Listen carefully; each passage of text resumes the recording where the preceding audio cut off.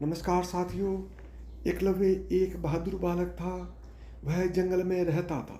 उसके पिता का नाम हिरण्यधनु था, जो उसे हमेशा आगे बढ़ने की सलाह देते थे। एकलव्य को धनुष बाण बहुत प्रिय था, लेकिन जंगल में उम्दा धनुष और बाण न होने के कारण एक दिन वह धनुर्विद्या सीखने के उद्देश्य से गुरु द्रोणाचार्य के आश्रम में आया। एकलव्य गुरु द्रोणाचार्य के पास आकर बोला, गुरुदेव, मुझे धनुर्विद्या सिखाने की कृपा करें। तब गुरु द्रोणाचार्य के समक्ष धर्म संकट उत्पन्न हो गया, क्योंकि उन्होंने भीष्म पितामह को वचन दे दिया था कि वे केवल राजकुमारों को ही शिक्षा देंगे, और एकलव्य राजकुमार नहीं है, अतः उसे धनुर्विद्या कैसे सिखाऊं। अतः द्रोणाचार्य ने एकलव्य से कहा, मैं तुझे धनुर्विद्या नहीं सिखा सकूंगा। एकलव्य घर से निश्चय करके निकला था कि वह केवल गुरु द्रोणाचार्य को ही अपना गुरु बनाएगा। अतः एकलव्य ने अरण्य में एकांत में जाकर गुरु द्रोणाचार्य की मूर्ति, मिट्टी की मूर्ति बनाई, और मूर्ति को एकटक देखकर ध्यान करके उसी से प्रेरणा लेकर वह धनुर्विद्या सीखने लगा।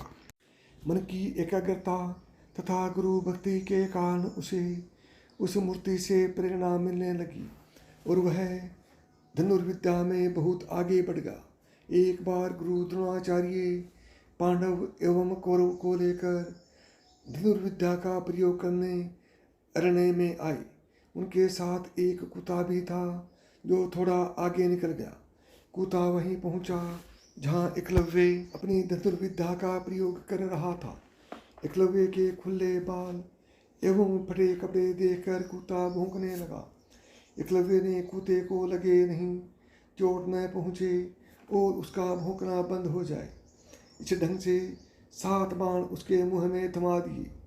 कुत्ता वापस वहां आ गया जहां गुरु द्रोणाचार्य के साथ पांडव और कौरव थे। तब अर्जुन ने कुत्ते को देखकर कहा, गुरुदेव, यह विद्या तो मैं भी नहीं जानता, यह कैसे संभव हुआ? आपने तो कहा था कि मेरी बराबरी का दूसरा कोई धनुर्धारी नहीं होगा, किंतु ऐसी विद्या तो मुझे भी नहीं आती। द्रोणाचार्य ने आगे जाकर देखा तो वहाँ हिरण्यधनु का पुत्र गुरु भक्त एकलव्य था। द्रोणाचार्य ने पूछा, बेटा, यह विद्या कहाँ से सीखी तूने? एकलव्य ने कहा, गुरुदेव, आपकी ही कृपा से सीख रहा हूँ। द्रोणाचार्य तो वचन दे चुके थे कि अर्जुन की बराबरी का धनुर्धर दूसरा कोई न होगा, किंतु यह तो आगे निकल गया। अब गुरु द्रोणाचार्य के लिए धर्म संकट खड़ा हो गया। एकलव्य की अटूट श्रद्धा देखकर द्रोणाचार्य ने कहा, मेरी मूर्ति को सामने रखकर तुमने धनुर्विद्या तो सीख ली, किंतु मेरी गुरु दक्षिणा कौन देगा?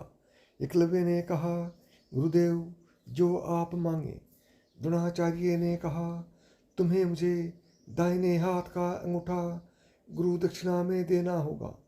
एकलव्य ने एक पल भी विचार किए बिना अपने दाएं हाथ का अंगूठा काटकर गुरुदेव के चरणों में अर्पण कर दिया। धन्य है एकलव्य, जो गुरु मूर्ति से प्रेरणा पाकर धनुर्विद्या में सफल हुआ और गुरु दक्षिणा देकर दुनिया को अपने साहस, त्याग और समर्पण का परिचय दिया।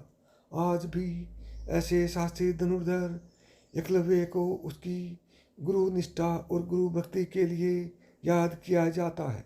नमस्कार दोस्तों, जय श्री कृष्ण, राधे राधे।